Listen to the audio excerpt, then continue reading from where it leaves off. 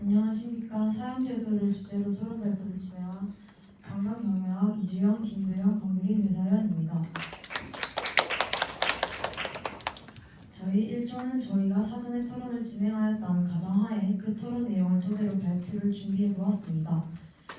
우선 발표는 서론, 본론, 결론 순서로 진행되면 서론에서는 사형제도를 주제로 선정하게 된 이유, 그리고 대한민국과 타 국가에서의 사형제도, 본론에서는 사형제도에 대한 찬성, 반대층의 일론 및 반론, 마지막으로 결론에서 사형제도에 대한 조언들을 의견으로 마무리해보겠습니다. 먼저 서론입니다. 사형제도는 단순히 법적인 문제를 넘어서 사회적, 윤리적 논란을 불러일으키는 중요한 문제입니다. 사형제도를 논의하는 것은 단순히 법적 처벌의 문제가 아니라 사회가 어떤 가치를 중요하게 여기는지, 범죄에 대한 대응을 어떻게 해야 하는지에 대한 중요한 질문을 던지는 과정이라고 생각하는데요.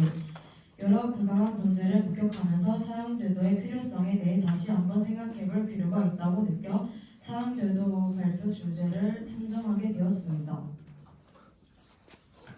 사형제도란 범죄에 대한 법적 처벌로 수용자를 사회에서 영원히 격리시키기 위해 생명을 박탈, 즉 죽음에 이르게 하는 형벌을 일컫는 말로 생명을 박탈하기 때문에 생명력 또는 생명박탈이라고도 하는데요. 이러한 형벌을 규정하기 위한 제도입니다.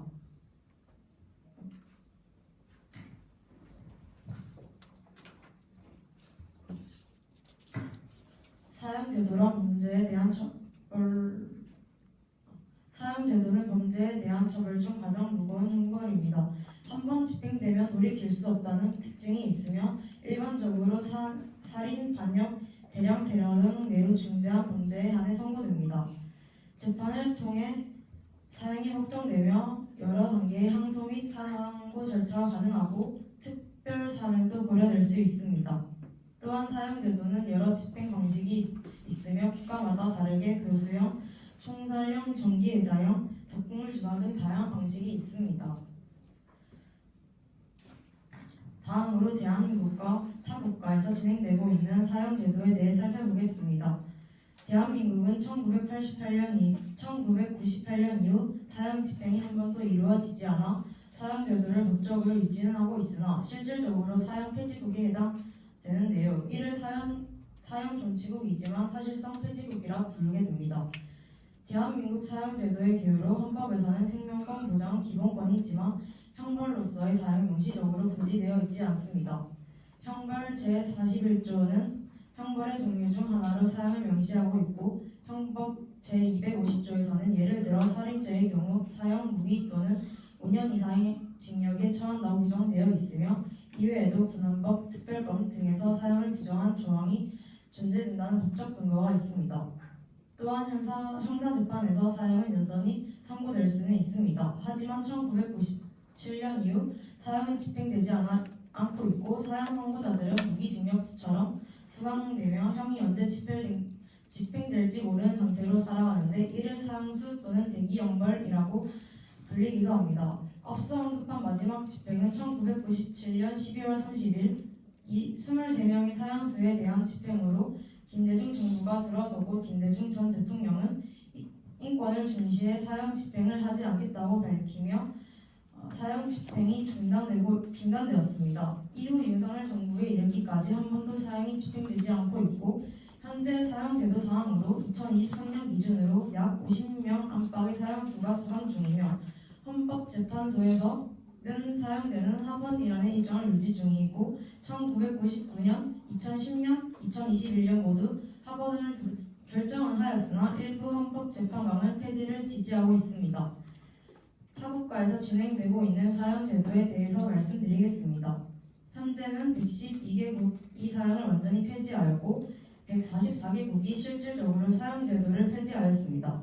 아시아, 중동, 아프리카와 일부 지역에는 여전히 사형제도가 존재하는데요. 그중 가장 가까운 나라인 중국과 일본에서는 사형제도를 집행 중인 유지국이며 대한민국과 같이 사형제를 법적으로는 유지는 하고 있으나 집행하지 않는 사실상 폐지국이라고 불리기도 하는 러시아가 있고 사형을 법적으로 폐지하고 어떤 범죄에도 적용하지 않는 폐지국으로는 독일과 프랑스, 캐나다 등이 있습니다. 이렇게 사형 제도는 국가마다 법적 체계구나 인권 기준에 따라 매우 다르게 운영하고 있습니다. 중국의 사형 절차와 집행 방식에 대해 간략하게 말씀드리고 본론으로 넘어가겠습니다. 많은 국가들 중 세계 최다 사형 집행국인 중국은 살인과 마약, 경제 범죄 등 다양한 범죄에 대해 사형을 적용하며 사형 집행은 극비사항이고 연간 집행수는 비공개로 진행되고 있는데요. 중국에서는 사형 집행할 때 과거엔 총살령으로 진행하였으나 현재는 점점 독극물 주사 등으로 방식으로 전환되고 있습니다. 사형은 1심 재판에서 선고하며 고등법원, 대법원으로 자동으로 심사를 하게 되는데요. 대법원이 사형을 확정해야 집행이 가능하고 비교적 집행은 수개월 이내 신속하게 빠르게 이루어지고 있습니다.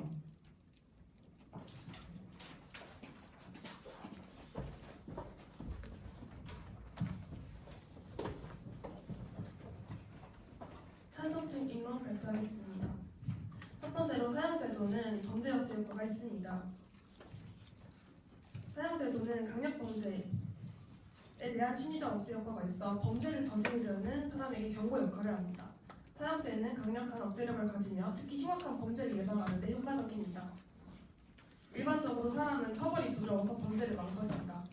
사형은 생명이라는 가장 중요한 것을 잃는 것이기에 강력한 억제 효과가 있을 수 있습니다. 특히 강력범죄, 연쇄살인, 아동, 성폭력 등 다른 형벌로는 범죄자의 행동을 막기 어려운 경우가 많습니다. 실제 사례로는 1990년 때 한국에서는 강력범죄가 증가하여 사형 집행을 강화하였고 그 이후 일시적으로는 강력범죄가 줄었다는 주장도 있습니다. 또한 미국 일부 주에서는 사형제를 유지하는 주가 폐지하는 주보다 살인율이 낮다는 통계도 있습니다. 시카고 대학 경제학과 교수 아이작 에를리는 1975년 사형 제도가 살인 범죄에 미치는 영향에 대한 논문을 발표했는데 해당 논문은 사형이 집행될 때마다 살인이 7에서 8번 정도 줄어든다는 보고도 있었습니다. 그 후 2000년대 전후에 축적된 통계 자료와 발전된 계량적 연구 방법을 토대로 에를리의 주장을 뒷받침하는 연구 결과도 등장하기 시작하였습니다. 콜로라도대 경제학과 교수인 레이시 무칸 등 미국 주별 사형 집행 및 살인 범죄 관련 통계를 분석해 사형제의 범죄 억제 효과를 지지하는 논문을 발표하기도 하였습니다. 대학 교수 등의 논문뿐만 아니라 실제로 싱가포르와 사우디아라비아, 중국, 미국 등에서는 사형 집행 후 긍정적 영향이 나타나고 있습니다. 싱가포르에서는 마약 밀매 등 중범죄에 대해 매우 엄격하게 처벌을 시행하였고 그 결과로 1990년대 이후 싱가포르는 세계에서 가장 낮은 마약 사용률 하나를 기록했습니다. 또한 다른 사례로 1982년 미국의 휴스턴에서는 701명의 살인사건이 발생한 범죄율이 가장 높은 도시였습니다. 이에 텍사스는 1982년 사형 집행을 부활시켰습니다. 그러자 701건이던 살인사건이 1996년에 261건으로 63%나 감소하는 효과를 보였습니다. 이 주장에 대해 반대 측에서 반론하는 주장은 흉악한 범죄를 저지르는 경우 범행을 저지르는 사람들은 이미 범행을 발각될 경우를 고려하여 계획을 세우기 때문에 사형이 범죄를 억제하는 데는 큰 영향을 미치지 않는다는 주장입니다. 예를 들어 사형 제도가 있다고 해서 자살, 폭탄, 테러와 같은 공격이 멈춰지는 것은 아닙니다. 테러를 계획하는 이들은 이미 자신들이 심각한 육체적 위험, 즉 죽음에 노출될 것을 예상하고 자신의 안전을 고려하지 않습니다. 이러한 범죄 등은 사형 제도를 통해 막을 수 없기에 사형 제도는 범죄 억제 효과가 없다는 주장입니다. 그리고 추가적인 주장으로 사형 제도가 장기간의 징역형보다 더 강력한 억제 기능을 한다는 어떠한 명백한 근거도 존재하지 않는다는 것입니다. 실제로 캐나다에서는 사형 제도를 폐지하였음에도 살인율이 44%로 감소했고 주마다 다른 제도를 가진 미국은 사형을 폐지한 18개 주의 살인율이 그렇지 않은 주보다 훨씬 낮게 나타났습니다. 그로 인해서 위에서 근거로 제시한 부분들은 일부의 도시 일부는 확실한 근거가 아니라는 뜻입니다. 두 번째는 강력한 범죄에 대하여 엄중한 처벌을 할 필요가 있다는 주장입니다. 극악한 흉악 범죄를 저지른 범인에 대한 사형은 사회적 질서를 유지하고 국민의 불안감을 해소하는 데 기여할 수 있습니다. 사형제도는 강력 범죄에 대한 심리적 억제 효과가 있어 범죄를 저지르려는 사람에게 경고 역할을 한다고 주장하기도 합니다. 사형을 통해 사회에 극도로 위험한 인물들을 완전히 격리할 수 있어 국민의 생명과 안전을 확실히 보호할 수 있습니다. 종신형이나 무기징역으로 수감된 범죄자가 탈옥하거나 가석방되어 다시 범죄를 저지를 가능성이 있고 특히 반복적인 강력 범죄자들은 교화가 어려운 경우가 많습니다. 또한 실제로 통계에서도 이러한 흉악범죄를 저지른 사람들에 대한 사형제의 찬성 여론이 압도적으로 많습니다. 최근 설문조사 결과 응답자의 약 80%가 사형제를 유지하거나 집행하는 것을 찬성하는 것으로 나타났습니다. 그리고 법률신문은 2023년 11월 설문조사에서 79.1%가 사형 집행에 찬성한다는 사실을 보도했습니다. 한국 외에도 일본의 2024년 여론조사에서도 응답자의 83.1%가 사형이 필요하다고 응답하였고 미국에서도 2015년 여론조사에서 응답자의 65%가 살인죄에 대해 사형을 지지한다고 응답하였습니다. 이처럼 세계 각국에서도 윤리적인 문제가 있다는 것을 알고 있음에도 사형제도에 대한 긍정적인 인식이 더 많다는 것을 알 수 있습니다. 뉴스의 빛에 따르면 사형은 범죄에 대한 강력한 경고 역할을 하며 범죄를 저지르려는 사람들에게 주저하게 하는 효과를 가져온다는 것입니다. 사형제도는 장기간의 징역형보다 더 강력한 억제 효과를 발휘하며 사회적으로 안전한 환경을 조성하는 데 기여한다는 주장도 있습니다. 다음은 반대 측의 반론입니다. 많은 연구에서 사형이 범죄 억제 효과가 뚜렷하지 않다고 결론지었고 종신형과 비교했을 때 범죄 예방 효과에 유의미한 차이가 없다는 연구가 다수 있었습니다. 오히려 사회적 불안, 공포, 분위기 조성 등 역효과가 있다는 지적도 존재합니다. 강력한 범죄에 대해서는 반드시 처벌이 필요하지만 그 처벌이 꼭 사형이어야만 할 필요는 없습니다. 무기징역이나 종신형과 같은 대안도 사회로부터 범죄자를 격리하고 재범 가능성을 차단할 수 있습니다. 즉 강력 범죄에 대한 대응은 가능하되 사형이 유일한 방법은 아니라는 것입니다.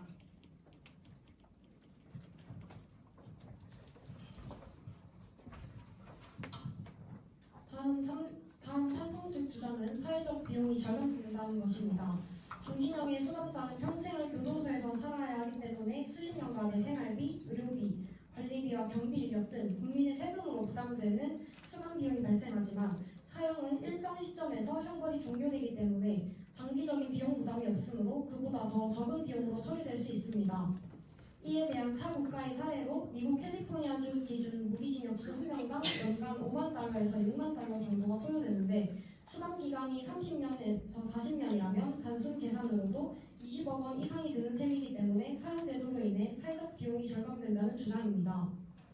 또한 사형 대신 무기징역을 대안으로 삼을 경우 장기 수감자가 계속 늘어나기 때문에 일부 국가의 수십 년간 수감되는 사형수들로 인해 교정시설의 사형수 전용방이 부족해지는 현상이 발생하여 교도소 과밀화, 시설 유지비 증가와 교도관 인력 부담 등 다양한 문제를 야기하므로 사형 집행 시 교도소 과밀화 문제도 완화됩니다. 이뿐만 아니라 사회적 안전망 및 감시 비용 또한 절감되는데요. 일부 사형수는 수감 중에도 자해와 폭력, 탈옥 시도 등을 일으킬 수 있고 무기징역수가 특별 사면으로 출소할 가능성도 있으며 그에 따른 사회 불안과 재범 방지에도 사회적 감시 비용이 들 뿐만 아니라 무기징역은 사면, 가석방 청원 등 반복적인 재심 절차가